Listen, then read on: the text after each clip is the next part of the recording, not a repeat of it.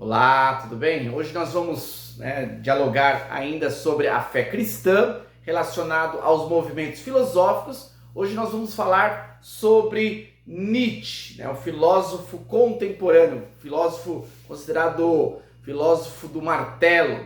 Nietzsche, onde ele batia, ele tinha como objetivo destroçar. Foi assim com a ciência, foi assim com a moral socrática, e também foi assim com o cristianismo. Vamos tentar aqui relacionar o pensamento de Nietzsche com a fé cristã. Bom, primeiramente, nós precisamos entender que Nietzsche ele foi um filósofo contemporâneo e que tem influenciado muito a sociedade atual. Hoje, na nossa realidade de sociedade, a gente tem grande parte das influências do pensamento de Nietzsche. Posso destacar aqui a ideia do relativismo e também a questão da nova moral, ou o ser humano, na verdade, constrói a sua própria moral, desconstruindo aquilo que já foi estabelecido. Então vamos aqui refletir um pouquinho sobre Nietzsche e a fé cristã. É compatível? Então, como eu já adiantei na minha introdução, Nietzsche atirou contra vários posicionamentos, e um deles foi a fé cristã, o cristianismo. Quando se fala que Nietzsche era ateu, quando ele defende a teoria de que Deus está morto, na verdade, ele não está afirmando o seu ateísmo. Não, ele está dizendo que o Deus que foi estabelecido pela racionalidade do século XVIII, século XIX, acabou construindo um novo Deus, não um Deus verdadeiro. Então, por isso que ele vai dizer que os homens, os racionalistas, mataram Deus. Essa é a ideia que ele quer trazer com essa afirmação, Deus está morto. Mas vamos lá. Vamos aqui analisar pontos que são relevantes em relação à fé cristã. Primeiramente, o Nietzsche ele vai dizer que não existe uma verdade absoluta.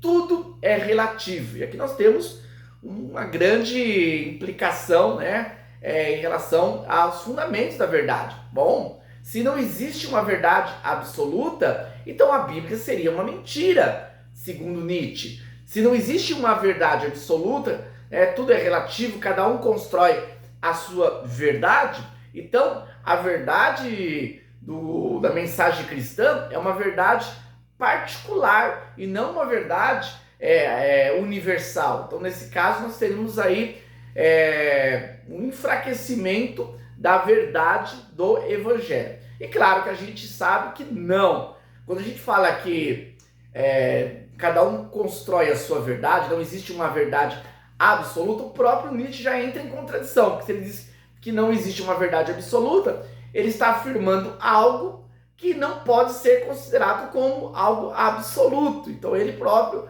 já desmente a sua própria afirmação. Quando ele diz que não é uma verdade absoluta, é o pensamento particular dele e que não tem coerência com a realidade. Se cada um cria a sua verdade, então nós não temos nenhuma verdade.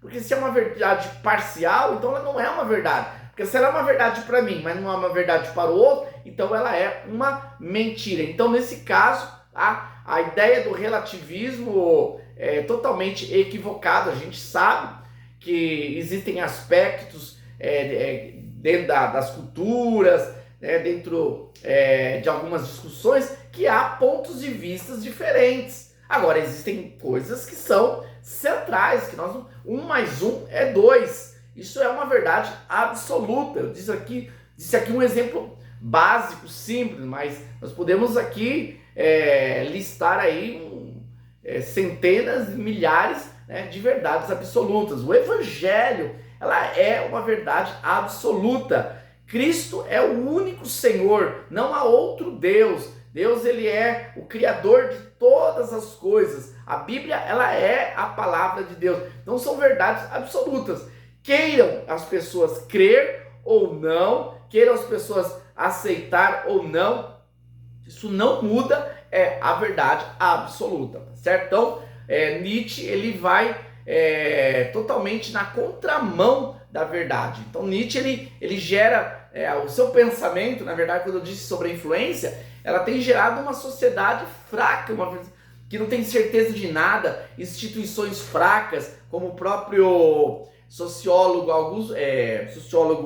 Zygmunt Bauman diz que nós vivemos a modernidade líquida, né, onde as instituições estão enfraquecidas, onde todas as coisas mudam rapidamente, se adaptam, né? Então, essa é o reflexo dessa ideia de Nietzsche de que não existe uma verdade absoluta. Pelo contrário, né? A sociedade estabelecida, ela tem seus pilares que são, né, pilares que permanecem aí de geração a geração. E o segundo aspecto é que Nietzsche criou, né, a teoria do super-homem. Quem é o super-homem? É o ser humano que consegue romper com os padrões morais e ele vai criar para si aquilo que é certo e aquilo que é errado. Então, o super-homem para Nietzsche é uma pessoa que consegue desconstruir os padrões da sociedade e criar novos padrões segundo a sua mente. Isso é um pensamento que vai totalmente contrário à fé cristã, totalmente, né? Então, se nós desconstruirmos a ética, os valores morais, então cada um cria para si e os seres humanos vão criar segundo o seu coração corrompido. Então, Deus, ele é Senhor, ele estabeleceu princípios que são universais, do que é certo e errado, matar, adulterar, roubar, enganar. Então, vários, né, valores e princípios morais e éticos que são universais, que sustentam a sociedade. Então, se nós seguirmos a ideia de Nietzsche, nós vamos ter uma sociedade totalmente deturpada em vários aspectos, seja ele aspectos sexuais, seja ele aspectos de convívio, seja ele em aspectos trabalhistas, de relacionamentos, de